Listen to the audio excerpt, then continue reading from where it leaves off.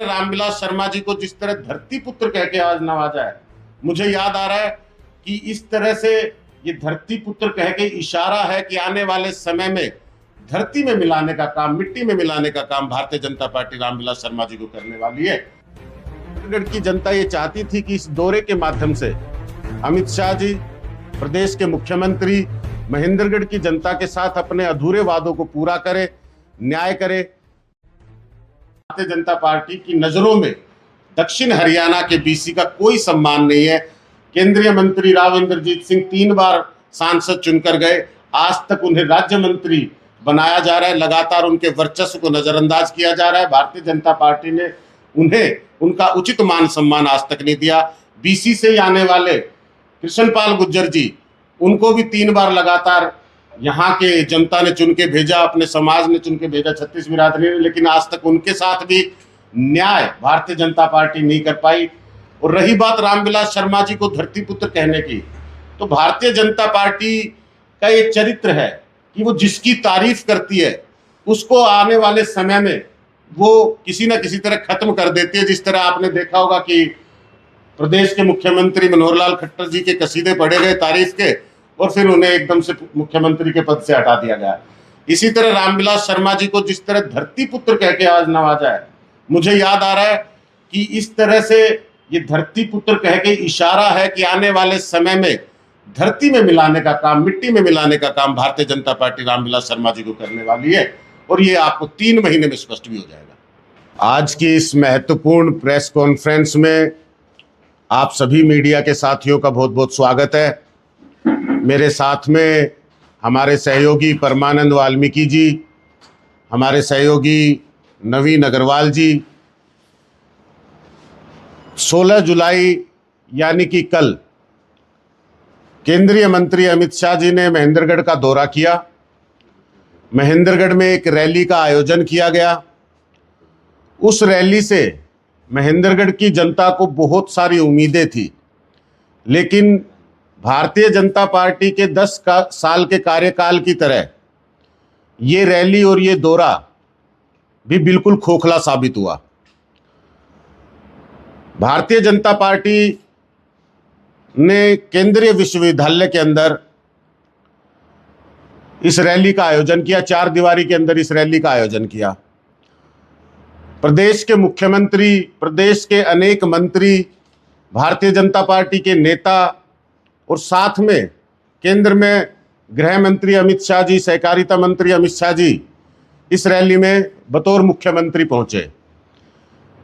जैसा कि सब जानते हैं कि भारतीय जनता पार्टी की देश की तीसरी सरकार बनने के बाद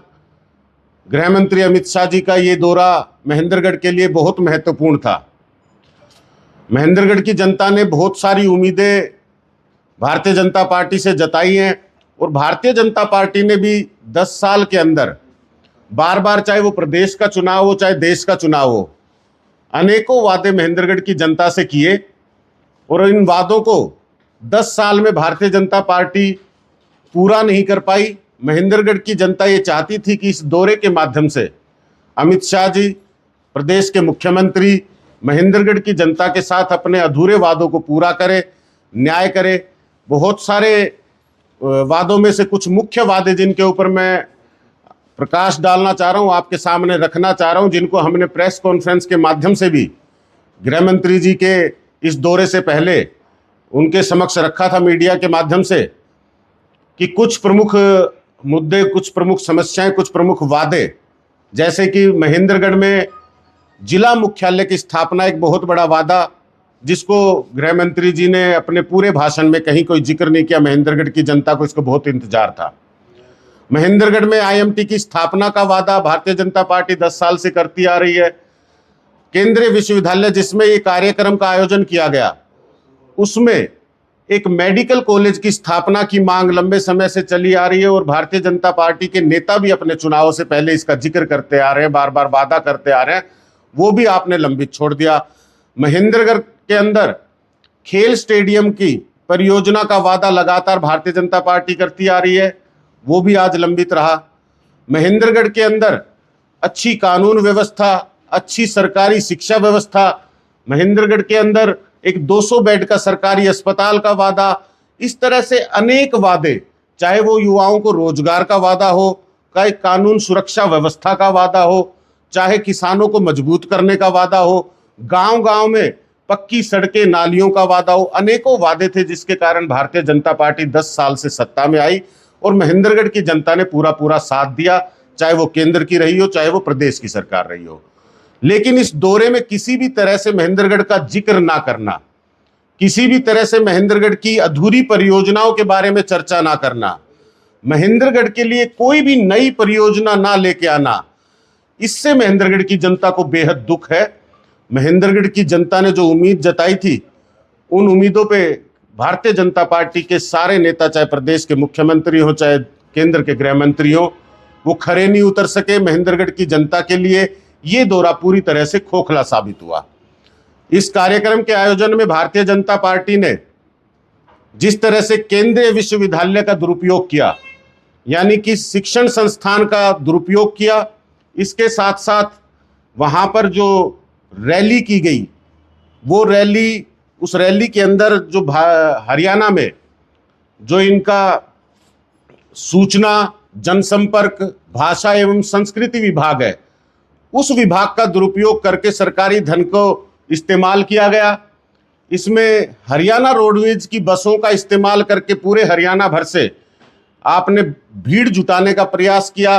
तो यानी कि जनता के पैसे का, सरकार के पैसे का भारतीय जनता पार्टी इस तरह दुरुपयोग कर रही है, इस तरह वो प्रयास कर रही है कि जनता को किसी तरह गुमराह कर सके, ताकत दिखा सके। हम ये कहना चाहते हैं कि बीसी सम्मान सम्मेलन में आप ये कोशिश कर रहे हैं कि आप हरियाणा की जनता को जातिगत तरीके से विभाजित करके किसी तरह राज्य में लौटे। 2 बार प्रदेश की जनता ने आपकी सरकार बनाई और 36 बिरादरी ने भारतीय जनता पार्टी का सहयोग दिया, लेकिन उसके बाद जब आप काम नहीं कर सके, 10 साल में भारतीय जनता पार्टी किसी तरह के वादे पूरे नहीं कर सकी जो जनता से उन्होंने 10 साल में वोट लेते वक्त किए, तो आज वो जातीय विभाजन करके किसी तरह हरियाणा की जनता को बांटकर फूट डालो राज करो की नीति से हरियाणा में सत्ता में आना चाहती है। लेकिन हरियाणा की जनता, मैं कहना चाहता हूं अमित शाह जी से, भारतीय जनता पार्टी के नेताओं से, और खुद अमित शाह जी कल मंच से बात कर रहे थे कि भारत के प्रधानमंत्री नरेंद्र मोदी जी हरियाणा में बहुत समय बिता कर गए हैं। तो जब उन्होंने बहुत समय बिताया होगा तो उस वक्त आपने देखा होगा कि 36 बिरादरी में किसी तरह का भी जातिगत आपस में मनमुटाव नहीं है, ना कोई एक दूसरे की जाति से एक दूसरे का परिचय रखता है। यहां 36 बिरादरी मिलजुल कर सुख दुख में एक दूसरे का साथ देकर रहने वाले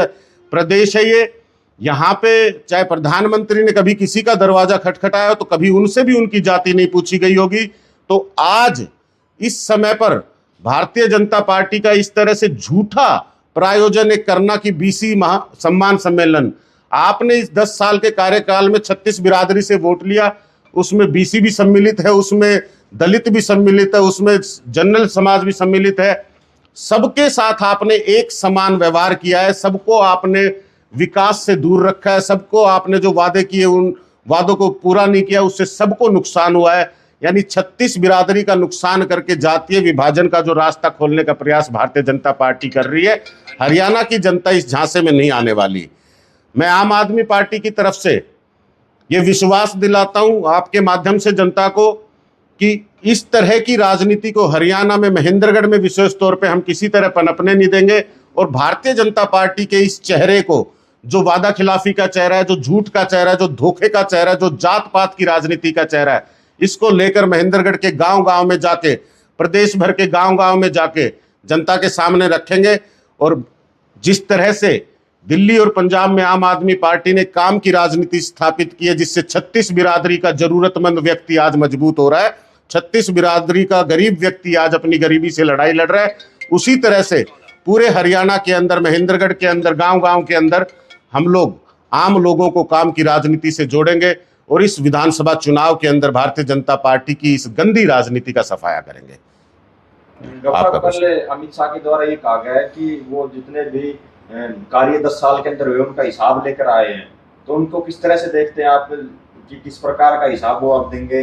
देखिए, कागजी कार्यवाही और मंच से झूठ बोलना ये भारतीय जनता पार्टी की खासियत है। अमित शाह जी के कल मंच से जो भी बातें उन्होंने कही हैं, जमीन पर अगर वो देखें तो हकीकत नहीं है। मैं सुन रहा था उस जिक्र में, वो कह रहे थे कि 24 घंटे बिजली देने का काम किया है, हर परिवार को बिजली देने का काम किया है। कुछ दिन पहले ही एक बहुत बड़ा मुद्दा, बहुत बड़ी कमजोरी या बहुत बड़ी अनदेखी भारतीय जनता पार्टी की आपके सामने मैंने रखी थी कि देवास गांव में रामविलास शर्मा जी के ससुराल में बीपीएल परिवारों को 30 साल से बिजली का इंतजार है।